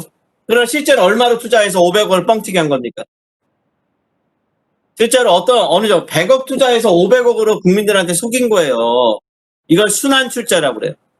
시험 문제 따로 안 낼게요. 과거에 이런 짓을 했어요. 국민들은 이 100억이 일로 들어와서 이 회사가 100억 정도 있는 줄 알았어요. 재산이든 가치가. 근데 일로 또 100억을 또 빼네요. 그리고 일로 또 빼요. 그리고 이 돈이 다시 들어와요. 실제로 보니까 이것들은 뭐야? 10원 한 장 안 들이고 100억 가지고 나머지 100억인 것처럼 회사를 만든 거예요. 한마디로 말해서 100억 가지고 하나, 둘, 셋, 넷, 500억 회사를 지배하는 거예요. 이런 걸 순환 출자라고 그래요. 이런 걸 막기 위해서 뭘 만들었냐? 지주회사를 만들었어요. 지주회사. 그래서 삼성의 지주회사에 대표적이었던 게 뭐였을까요? 과거 에버랜드. 에버랜드 가봤어요? 에버랜드 가봤어요? 안 가봤어요, 여러분? 요새는 코로나 때문에 안 가봤지만 옛날에 가봤죠? 에버랜드. 자, 근데 문제는 이 사채 문제 관련돼서 삼성의 지주회사는 뭐냐? 투자를 하는 회사예요, 투자. 다른 회사에 투자하는 것은 이렇게 막 아무나 하지 말고 특정한 회사가 하게끔 해라. 그래서 삼성의 에버랜드가 지주회사였어요. 자, 그러면 삼성의 이 회사가 여기도 투자하고 여기도 투자하고 여기도 투자하고 이렇게 투자를 하면 좀 더 안정적으로 지배구조를 볼 수 있어요. 자, 그럼 여러분 이 삼성 에버랜드는 만약에 주식을 공모하거나 주식을 배분하면 사람들이 서로 살라고 할까요? 안 살까요? 삼성 에버랜드 주식을 공모하거나 누구한테 배정한다고 그러면 사람들이 서로 살라고 할까요? 안 살라고 할까요? 어떻게 할까요, 여러분? 이 삼성처럼 가치가 높은 서로 살려고 하죠? 그러면 이거는 에버랜드는 돈이 필요하면 주식으로 하는 게 낫습니까? 사채로 하는 게 낫습니까? 주식으로 하는 게 낫나요? 사채로 하는 게 낫나요? 주식으로 하는 게 낫죠. 근데 문제는 삼성 이재용은 어떻게 했냐? 삼성 이재용에게만 이걸 안 하고 전환사채라고 그래서 전환사채는 뭐냐? 사채인데 이자를 받아도 되고 이자를 받아서 원금을 돌려받아도 되고 주식으로 전환하는 거. 주식으로 전환하는, 그러니까 일반적으로 삼성에게 그 에버랜드라면 수많은 사람이 달려들 테니까 주식을 준다 그러면 논란의 여지가 있으니까 전환사채를 빌린 거예요. 빌릴 필요가 없어요. 주식하면 돼요. 그러니까 이재용에게만 전환사채를 빌렸어요. 그래서 이재용이 어떻게 되냐면 50억을 빌렸어요. 근데 50억은 자기 돈이 아니었어요. 아버지가 50억을 죽기 전에, 지금 얼마 전에 죽었죠? 죽기 전에 50억을 주면 이걸 뭐라고 그러죠? 죽기 전에 50억을 주면 뭐가 되죠, 여러분? 이걸 증여라고 그래요. 자, 증여세랑 상속세는 거의 비슷하죠? 한 50% 가정합시다. 그럼 50억에 대해서 얼마 세금 냈어요? 이재용은. 아버지가 50억을 줬으니까 얼마 세금 받았어요? 25억을 냈습니다. 자, 근데 무슨 문제냐? 이 전환사채가 이때 주식의 액면가를 가정해서 500원을 갖는다고 합시다. 에버랜드가 500원이라고 합시다. 그럼 이 사람은 50억 가지고 돈을 이자 받아도 되지만 만약에 전환사채를 했어요. 주식으로 바꿨어요. 몇 주를 배정받습니까? 한번 여러분 계산해봐요. 50억인데 액면가가 500억이에요. 몇 주를 배당받습니까? 여러분 한번 계산해봐요. 대충. 한 주당 500원 정도면 50억을 나눠봐요. 몇 주를 배당받습니까? 앞에 수업할 때는 500만 주 얘기하던데 좋아요. 500만 주입니까? 1000만 주입니까? 50억이면 1000만 주입니까? 오케이. 그건 여러분이 추후도 검증하고. 자, 1000만 주를 받는다고 합시다. 자, 제가 말하고 싶은 거는 뭐냐면 50억을 500원을 나누면 답이 나와요. 자, 그러다 보니까 갑자기 이 전환사채 가지고 50억 가지고 에버랜드의 대주주가 돼버린 거예요. 대주주가. 누가? 이재용이가. 보통 사람들은 에버랜드 50억 원의 대주주가 된다면 저도 막 대출받아서 할 거예요. 온 가족도 다 빌려서 삼성을 먹는 거니까 삼성을 지배하게 되는 거예요. 그러니까 50억을 뭐 빌려서라도 하죠. 근데 다른 사람은 기회가 안 주어지고 이거였어요. 바로 이 문제가 삼성의 1차 문제였어요. 이걸 문제 삼았던 게 박원순 시장. 그 다음에 강용석 변호사. 놀라지 마세요. 강용석 변호사. 요새 좀 약간 비호감이 높은 강용석 변호사 있죠? 그분이 한테 박원순 시장이랑 둘이 이 소송을 걸었어요. 물론 패소했어요. 거기서 한번 문제가 되고 나서 그 다음에 삼성물산이랑 얼마 전에 제일모직이랑 합병을 시켜버렸어요. 근데 합병할 때 어디가 가치가 높아요? 삼성물산이 높습니까? 제일모직이 높습니까? 삼성물산이 높아요? 제일모직이 높아요? 제일모직은 옷인데 누가 제일모직 옷 입나요? 요새는요 옷 같은 건 다 해외로 나가요. 근데 삼성물산과 제일모직에서 구체적인 합병 비율은 제가 헷갈리지만 삼성물산 가치는 떨어뜨리고 제일모직은 올려서 이재용 쪽에 유리하게 한 거예요. 그게 바로 요번에 국정농단에 최순실에 돈을 준 거라는 거죠. 그래서 요번에도 또 재판을 받는 게 그겁니다. 자, 어쨌든 큰 틀은 요 사채보다는 주식이 난 거죠. 자, 그 다음에 또 하나.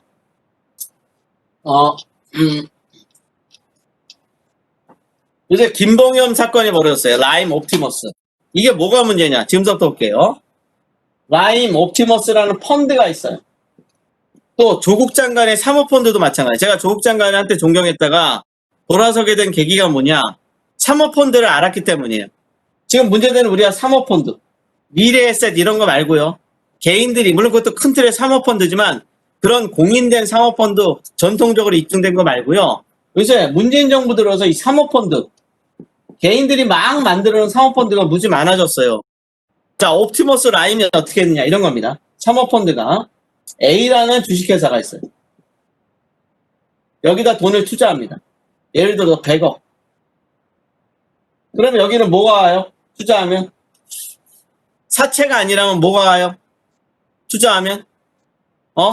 여기서 100억을 투자하면 여기에 주식 내지는 지분이 오는 거죠. 주식. 얼마 지분이 옵니다. 그리고 나서 투자한 회사가 잘 되면 어떻게 될까요? 이 지분이 올라가니까 펀드의 수익률이 올라가는 거죠. 아주 간단한 얘기입니다.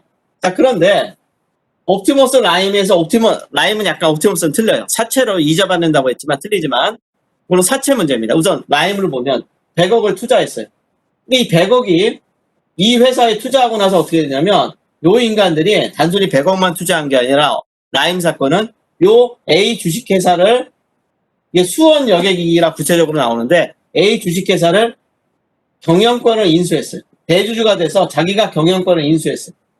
인수 후 어떻게 됐냐? 요 회사에서 100억 는 거 포함해서 또 회사에 남아있는 돈을 가정해서 300억 정도를 부당 인출을 해요. 부당 인출. 이걸 횡령이라고 그래요. 횡령. 자, 그래서 이번에 그 김봉현이라는 사람이 어떻게 했냐 이런 거예요. 여기 투자해서 A 회사의 경영권의 주인이 됐어요.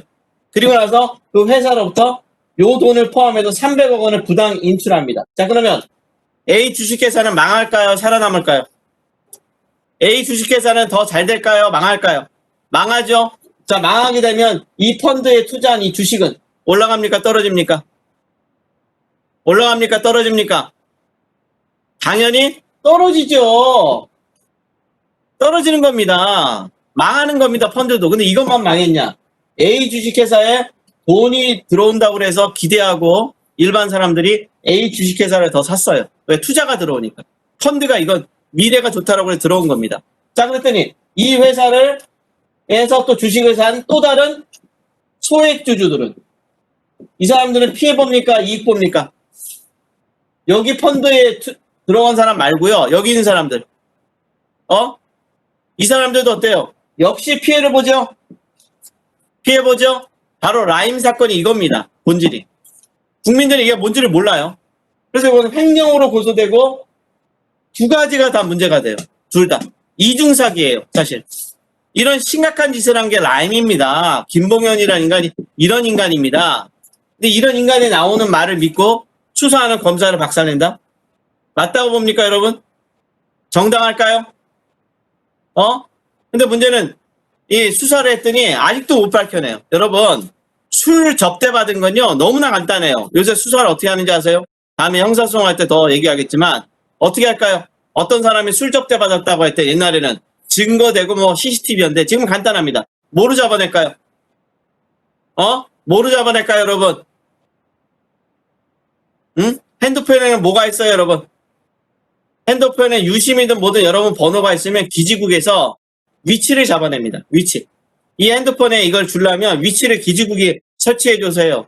그러니까 술집에 가면 맨날 모시에 그 사람들이 쓰는 핸드폰 번호가 다 거기에 잡혀요. 아주 간단하게 잡아냅니다. 아직까지 잡아냈다고 그랬어요? 못 잡아냈다고 그랬어요? 추미애 장관이 그렇게 얘기해서 감찰 지시하고 윤석열 검찰총장 수사 배제하고 수사한다고 그랬는데 지금 밝혔어요? 못 밝혔어요, 여러분? 신문에 보면 수사검사들이 룸사롱에서 접대받은 거 밝혀졌어요? 밝혀지지 않았습니까? 밝혀지지 않았죠. 이렇게 간단한 걸 지금 못 밝히고 있어요, 여러분. 이게 바로 김봉현 라임 사건의 본질입니다. 두 번째, 옵티머스는 뭐냐? 국민들한테 이 돈을 100억을 들어갈 때 뭐다? 공기업이 가지고 있는 이 주식회사가 아니라 공기업이 가지고 있는 채권을 사는 겁니다. 채권. 그러니까 뭐냐? 이자를 떨어진다는 거예요. 이자. 3% 정도 이자. 주식이 아니에요. 그래놓고 실제는 어디에 있어요? 돈을 A 주식회사 다른 주식회사에 넣고 빼버렸어요. 채권을 산 게 아니에요. 사기를 친 겁니다. 그리고 이 돈을 넣었다가 빼버렸어요. 채권이라고 투자한다고 그래놓고 이 돈을 빼버렸습니다. 지금 어떻게 되느냐? 5천억 투자했는데 10%도 받을까 말까 돼요. 지금. 돌려받을 돈이 10%도 안 돼요. 이런 사기입니다. 그래서 이게 바로 주식회사의 주식과 사채를 다 배우면 이해할 수 있는 겁니다. 자, 이렇게 해서 상법을 끝내고요. 지금 벌어진 일이 어떤 거냐, 이런 심각한 문제들을 이재용 문제까지 해서 검토했고요. 오늘 시간이 많지 않은 관계로 민사소송을 들어갈게요. 민사소송. 자, 민사소송 중에 다른 거 다 할 수는 없고요. 일반적으로 우리가 소송. 근데 소송을 어디서 하죠? 소송을 어디서 합니까?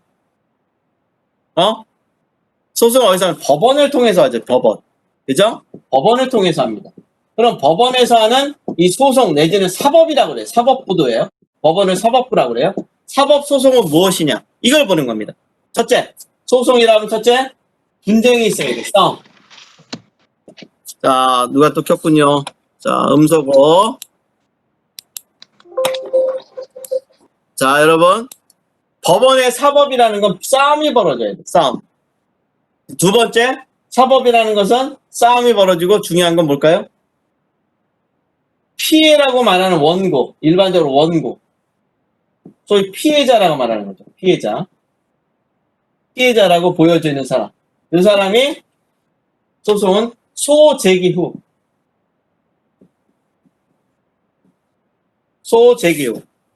그죠? 소제기 후. 그리고 나서 소제기해야 돼, 이 사람. 그래서 이걸 수동적이라고 해요, 사법은. 수동. 법원이 하고 재판하고 싶어도 못해요. 수동적입니다.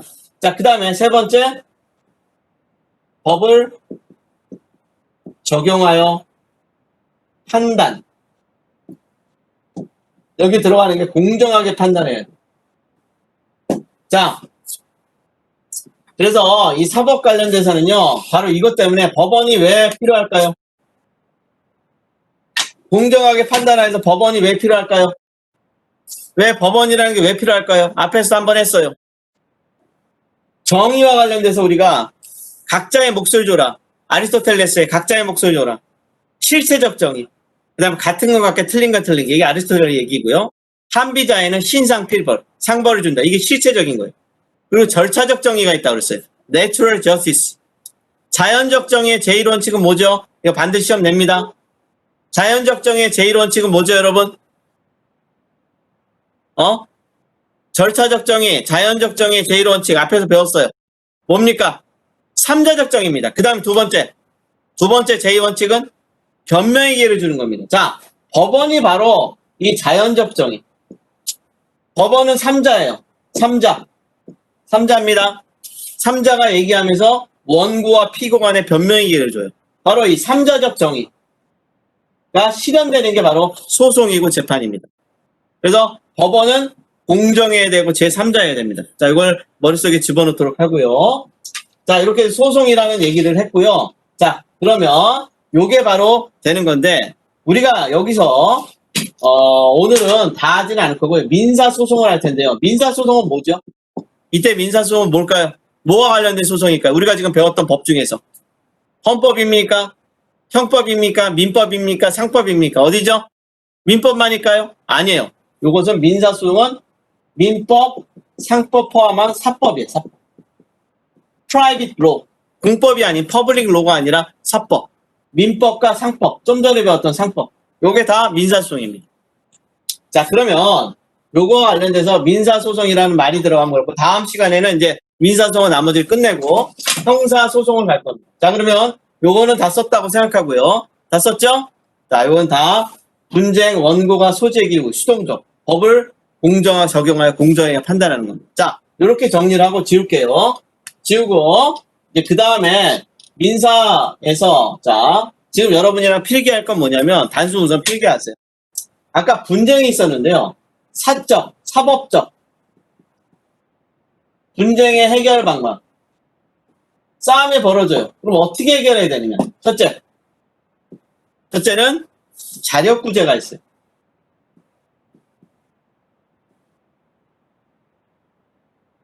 두 번째는 국가에 의한 해결이 있어요. 국가의 해결. 자, 자력구제가 대표적인 게 뭐냐?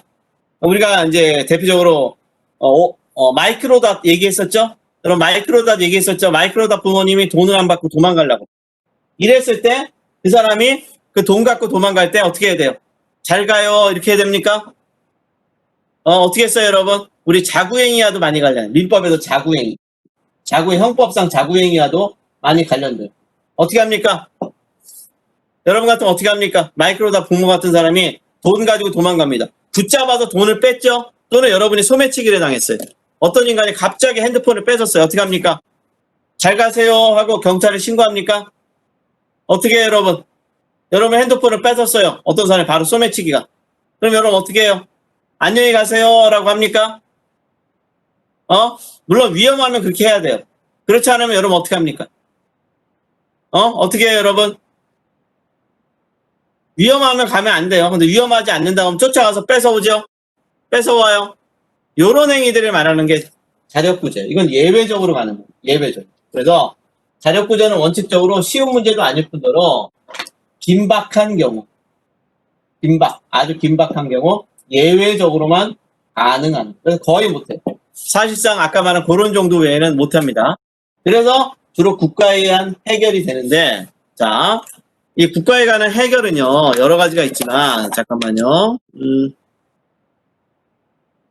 국가에 의한 구제는요. 자, 지금부터 도표를 하나 그려줄게요. 자, 이걸 지울게요. 긴박하고 예비한 경우만 다 이렇게 지우고요. 실제는 국가의 해결이 많은데 국가의 해결 중에서 우리가 지금 좀 전에 얘기했던 여기서 사적 분쟁은 민사소송이 하나 있어요. 민사소송. 이건 민사소송은 좀 더 얘기하겠지만 일단 법원에 의해서 하는 겁니다. 판사에 의해서. 근데 이거 말고 ADR이라는 게 있어요. ADR. 영어로 ADR. 이게 뭐냐? 민사소송 외. 요거 외. 한마디로 뭐냐면 영어로 ADA는 alternative라는 겁니다. 그냥 ADR은 뭐냐면 대안으로 하는 거예요. 소송 외 대안. alternative 영어로 다른 대신. D는 dispute 싸움이에요. 싸움을 대신하는 resolution, 해결 방안입니다. 자, 근데 여기서는 지금부터 필기를 하면 돼요. 첫째, 여기에는 종류가 재판상 화해가 있어요. 재판상 화해. 화해는 뭐냐? 간단해요. 우리가 싸웠다가 뭐 서로 뭐 이러고 얘기하지만 그런 의미가 아니라요. 서로 양보. 화해라는 건 서로 양보. 양보하여 합의하는 거. 합의. 아유, 우리 이거 재판하니까 여러분 재판을 시작하면 시간이 많이 걸립니다. 무지무지 걸려요. 내가 당연히 이길 것 같아도 1심 끝나면 2심 가고 3심 가면요. 질려버립니다. 그리고 지금 우리나라 법원은 주차가 힘들어요. 저도 옛날에 뭐 법원, 검찰 갈 때 자유롭게 다녔어요. 밑으로 VIP로. 그러다가 재판받으러 갈 때는 그냥 제대로 간다고 했지만 주차할 공간이 없는 거예요. 민사 관련돼서 하나, 소송이 하나 있었어요. 그래서 저는 이제 그때 법원, 검찰 다녔던 경험이 있어서 누구 판사 만나러 갔다. 그러면 밑으로 보내줘요. 그건 되는데 그거 외에는 못 들어갑니다. 자, 그래서 양보, 이거 복잡해. 양보해서 합의하는 거예요. 합의. 끝내자. 아유, 재판 힘들다. 참아 못할 것이다. 저는요, 저번에 어떤 여학생이 이 반인가 다른 반인가 뭐 관련돼서 노동 관련돼서 피해를 봤다 그거 알고 싶다 그랬지만 저는 제일 보내주고 싶은 게 소송보다는 일단 제가 보기에는 행정부 쪽으로 하는 게 훨씬 좋습니다. 그런 문제는. 그래서 노동위원회나 노동청 이게 좋아요. 자, 이거 나중에 노동법 하면서 하게 될 겁니다. 여기인데 재판상화에는 두 가지가 있어요. 제소전. 제소라는 건 소를 제기하는 거예요. 주로 소장이라고 나중에 쓰는 거 가르쳐 줄 겁니다. 다음 시간에. 제소전을 하는 게 있고요. 그 다음에 소송 중. 재판하다가 판사가 아유 이렇게 그냥 막 싸우니까 증거도 제대로 안 나와. 합의합시다. 이런 거 가지고 싸우는 거 의미 없어요. 소제기 후에 하는 두 가지가 있어요. 그래서 제소전, 제소후. 근데 이게 왜 국가냐? 제소전이라 하더라도 당사자가 소장 제기하기 전에 합의해서 그걸 법원에 제출하고 법원에서 인정하는 게 있어요. 자, 하여튼 요런 두 가지. 화해. 자, 두 번째. 자, ADR을 썼으니까 이거 지울게요. 두 번째. 사법적 분쟁 관련돼서. 자, 이거 지울게요. 분쟁하기에는 국가 해결 중에 ADR을 하는 겁니다. ADR. 공간이 없어서 국가 해결 중에 민사소송이 있고 ADR이 있는데 그 중에 ADR 첫 번째 화해가 있었고요. 두 번째는 뭐가 있었냐면 조정이 있어요. 조정. 이 조정은요. 여러분 혹시 사랑과 전쟁 많이 봤어요? 대안. 소송의 대안. 영어로 그냥 ADR은 찾아보면 되는데 Alternative Dispute Resolution. 그러니까 그냥 대안. 일반 민사소송 외 대안 해결이라고 생각하면 돼요. 대안 해결. 그냥 대안 해결로 하십시오. 됐어요? 대안 해결. 자, 대안 해결. 그 정도만 알고 찾아봅시다. 자, 조정은 뭐냐? 인간관계가 중요한. 그래서 주로 친족 등 또는 이런 거. 가족, 친족, 가족. 이런 관계일 때는 뭐가 되냐? 이런 주로 대로 문제가 뭐가 될까요? 친족 이 관련돼서. 이혼이거나 또는 상속이거나 입양이거나 뭐 이런 문제들이죠. 우리가 민법에서 배웠던 가족과 관련된 분쟁이에요. 이럴 때는 어떻게 되냐? 재판에서 왼수되면 안 되거든요. 이럴 때 어떻게 되냐? 이럴 때 중요한 건 법원에서 조정위원회를 만들어요. 조정위원회. 그래서 여러분 조정위원회가 대표적인 게 여러분 혹시 사랑과 전쟁 봤어요? 못 봤어요? 과거 여러분 사랑과 전쟁 봤습니까? 못 봤습니까? 사랑과 전쟁. TV 드라마로. 아마 요새는 없어진 것 같은데 이혼하면요. 이혼하러 재판을 가면요. 양육권 문제, 면접 교섭권 문제, 그 다음에 재산 분할 이런 문제가 있거든요. 이랬을 때 뭐가 되냐? 무조건 재판하는 게 아니라 무조건 이혼해 주는 게 아니라 거기에는 판사도 포함되고 변호사도 있고 그 다음에 상담소 소장도 있고 여러 사람들이 모여서 위원회를 맞아서 번고를 해요. 번고라는 건 여러분 법에서 구속력이 없어요. 무조건 따라야 되는 건 아닙니다. 번고를 하고 양 당사자가 합의하면 합의라는 건 일종의 화해예요. 조정은 권고만 해요. 권고. 이거 어때서요? 이런 얘기예요. 그럼 당사자가 합의. 당사자가 받아들이면 되는 거고 만약에 당사자가 합의가 안 되면 이건 재판으로 가는 거예요. 요게 바로 조정입니다. 됐어요? 그래서 조정위원회는 강제력이 없다. 권고, 어드바이스. 권고는 강제력이 없어요. 구속력이 없습니다. 그런데 하나 더 보고 마저 질문 있으면 질문합시다. 반면에 세 번째 방법은 뭐가 있냐면 중재가 있어요. 중재. 잘 보이나요? 중재. 잘 보여요? 여기다 쓴 공간 쓴 거 잘 보여요? 예. 중재는 뭐냐면 요거는 이런 거예요. 전문성이 요구되는, 대표적으로 전문성이 요구되는 게 대표적으로 뭐가 되냐면 국제 상거래. 이 판사도 잘 몰라요. 해상 사고. 배가 부닥쳐서 어떻게 되는 거 잘 몰라요, 판사들. 이런 전문성이 요구될 때 분야에 있어서 당사자가 합의로 중재인을 뽑아요. 중재인을 뽑아요. 합의로. 양 당사자가. 자, 대표적인 분쟁이 뭐냐? 한국과 일본 간의 무역 전쟁이에요. 우리가 이제 그 일본에 관련돼서 위안부 배상 관련돼서 대법원 판결이 나왔어요. 그 판결이 정당하냐 틀리냐라는 건 앞으로 논란이 됩니다. 요새 바이든 때, 오바마 때 박근혜 대통령이 요구하는 사항을 아베가 안 따르려고 그랬는데 오바마의 중재로, 오바마가 중간에 껴서 100억 주고 너 화해해라. 그래서 아베가 하고 싶지 않은 일이었지만 오바마, 바이든 때문에 100억을 주고 우리나라 위안부 합의재단을 만들었어요. 근데 문재인 정부 들어서 그 돈을 뒤집어 버린 거예요. 제가 국제법적으로 따지면요, 객관적으로 얘기하면 문재인 정부가 잘못한 겁니다. 우리 국민들 입장에서는 잘했다 이렇게 하지만요, 오바마까지 껴서 아베가 하고 싶지 않은 거를 갖다 합의를 시켜버렸어요. 그래서 일본이 100억 달러를 한국에 준 겁니다. 100억 달러가 아니라 100억 원. 근데 그 돈을 받아놓고 문재인 정부가 되니까 뒤집어 버린 겁니다. 이거를 많은 사람은 그럴 수 있다라는데 그렇지 않아요. 대법원이든 헌법재판소든 국제거래 관계는 함부로 뒤집는 게 아닙니다. 자, 어쨌든 그 정도만 하고요. 자, 그래서 합의는 우리가 이제 일본과 우리가 한데서 중재로 하면 되는데 안 해버렸어요. 합의가 안 됐어요. 어떤 사람을 객관적인 사람 중재. 그럼 이 중재인이 어떻게 되냐? 결정해요. 결정.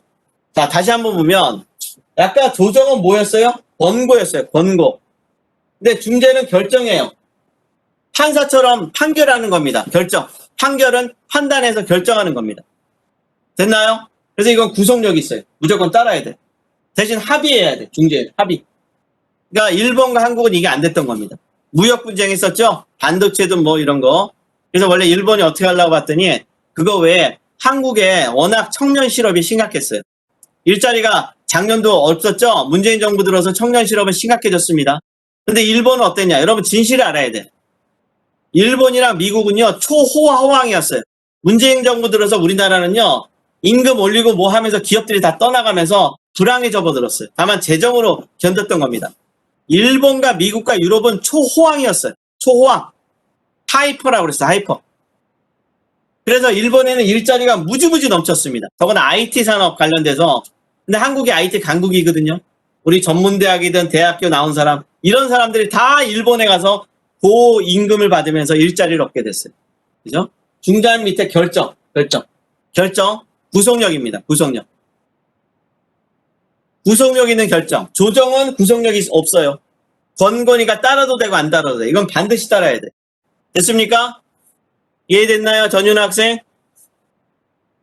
예, 됐죠? 자, 이 두 가지가 차이점이 있어요. 이건 구속력이 없고 구속력이 있어요. 그죠? 그래서 이게 ADR입니다. 자, 이렇게 해서 국가에 의한 구결은 소송과 ADR. 요 세 가지가 있었다라는 걸 제가 설명을 드렸고요. 자, 우선 그러면 그리고 나서 오늘 끝나기 전에 앞반이랑 진도도 마치고 이제 거의 다 비슷하게 가야 되겠죠? 그러면 여기서 우리가 ADR은 설명을 했는데요. 그렇죠. 합의가 안 되면 안 되죠. 당사자가 합의로 중재인을 만들어야 돼요. 어떤 A라는 사람, 미국 사람이든 독일 사람 누구를 합의로 중재인을 만들어야 되고 그 중재가 되면 합의해서 만들어진 중재인이 일방적으로 결정할 수 있어요. 따라야 돼요. 이런 얘기예요. 다만 합의가 중재인을 만들지 않으면 어떤 중재인을 A, B, C, D 안 설정하면 그건 아예 중재가 안 돼요. 될 수가 없어요. 됐죠? 자, 추가 질문은 저한테 이해됐죠? 추가 질문은 시간이 없는 관계로 저한테 질문합시다. 자, 그 다음에 이제 남은 게 민사소송은 뭐냐? 그러면 민사소송. 민사소송에 대해서 설명을 해야 돼. 첫째, 민사소송에 제일 많은 게 뭐냐? 판결이에요. 판결. 판결은 판결이라는 건 판사가 법관이 양쪽 원고, 피고 이거의 변명, 이걸 법에서 변론이라고 그래. 변론. 변명의 기회를 줘라 할 때 변론이야. 이걸 듣고 판단하는 거야. 이게 바로 판결입니다. 양쪽 말을 다 듣고. 그래서 제가 말했죠. 추미애 장관 한 말만 들으면 안 돼요. 윤석열 검찰총장 말까지 다 공정하게 듣고 그리고 판단해야 돼. 지금 우리나라 언론은 추미애 장관에서 입에서 나오면 상당수의 거짓말을 듣고 사람들이 그러니까 그게 맞나 이러고 있어요. 그렇지 않아요. 양쪽 말을 균형 있게 들어야 돼요. 자, 양쪽의 변론을 듣고 판단하는 겁니다. 판사가. 이게 판결입니다. 자, 지울게요. 옆에다. 조정은 지울게요. 자, 그 다음에 민사소송의 절차는 이렇게 판결이 나게 되면 뭐가 있느냐. 두 번째, 판결이 나가면 강제 집행을 해요. 누가 이겼어요. 누가 이겨서 돈을 너 갚아라. 근데 돈을 안 갚아. 그러면 강제 집행을 해. 이긴 다음에, 판결이 나고 나서 이긴 다음에 강제 집행을 해. 자, 근데 문제는 뭐냐면 강제 집행을 하려고 했더니 재산이 다 빼돌렸어. 그 사람 명의가 하나도 없어. 구제 가능성 있어요, 없어요? 구제 가능성 있어요, 없어요, 여러분? 재판에서 이겨서 좋아했는데 재산이 없으면 끝이에요. 그래서 지금 세 번째기보다는 실제 중요한 게 요걸 막기 위해서 가압류 가처분이라는 보전 절차가 있어요. 보전 절차. 이 보전 절차는 뭐냐? 원래는 판결하고 강제 집행하는 건데 가압류 가처분은 이 보전 절차는 한번 지울게요. 자, 요것만 마지막 끝입니다. 이 보전 절차는 뭐냐면 소제기하면서 소제기 전이든 소제기 당시든 재판의 판결은 소장을 내고 나서 얘기를 듣고 결정하는 건데 그럴 때 재산을 빼돌릴 수 있어요. 그래서 소제기 전이든 소당시든 보전 절차를 합니다. 자, 근데 이건 뭐냐면 여러분이 반드시 알아야 돼요. 그래서 그 재산 목록을 찾아봐서 가압류라는 건 금전적인 거예요. 금전. 나한테 돈 얼마 받을 게 있다. 근데 저 사람의 재산을 빼돌 리가 있어요. 그러니까 뭐가 된다? 자동차든 그 사람의 핸드폰이든 집이든 금전, 돈 받기 위해서 집을 가압류하는 거예요. 내가 돈을 받기 위해서. 근데 이건 가처분은 뭐냐? 가처분은 이런 것들이에요. 나에게 이 보전 절차인데 이런 거죠. 어떤 사람이 나한테 성희롱을 했어요. 그래서 내가 손해배상을 걸었어요. 근데 이 사람이 나의 상간이면 어떻게 될까요? 내가 저 사람한테 성희롱으로 손해배상 걸었습니다. 그러면 그 사람이 나한테 가만히 있을까요? 괴롭힐까요? 괴롭힐까요? 가만 놔둘까요? 성희롱으로 내가 소송 걸렸어요. 상간이요. 괴롭히죠? 이때 어떻게 되냐? 직무정지. 직무정지 가처분. 가처분입니다. 또는 어떤 부모가 애들을 요번에 양 애기를 죽였어요. 죽였습니다. 그러면 그 사람들이 가지고 있는 친권이 있어요. 민법. 예. 친권. 제가 그런 수업 시간에 자세하게는 안 했지만 부모가 자녀한테 가는 거 양육권 보호하고 뭐 이런 게 있어요. 친권 그대로 돼야 될까요? 정지시켜야 될까요? 아동학대가 돼서 애가 막 다치고 막 부러지고 그랬어요. 어떻게 할까요, 여러분? 친권을 정지시켜야 돼요. 정지시켜야 돼요. 이런 것들이 바로 가처분입니다. 됐습니까? 이해되겠나요? 이건 주로 비금전 권리일 때 이런 문제가 되는 거예요. 됐어요? 자, 오늘은 여기까지 하고요. 자, 제가 출석번호 부를게요. 잠깐만요.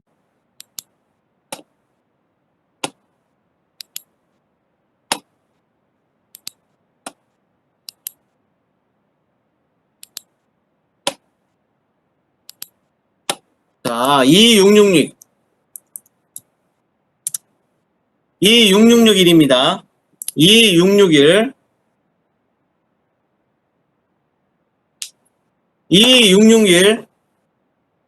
자, 2661.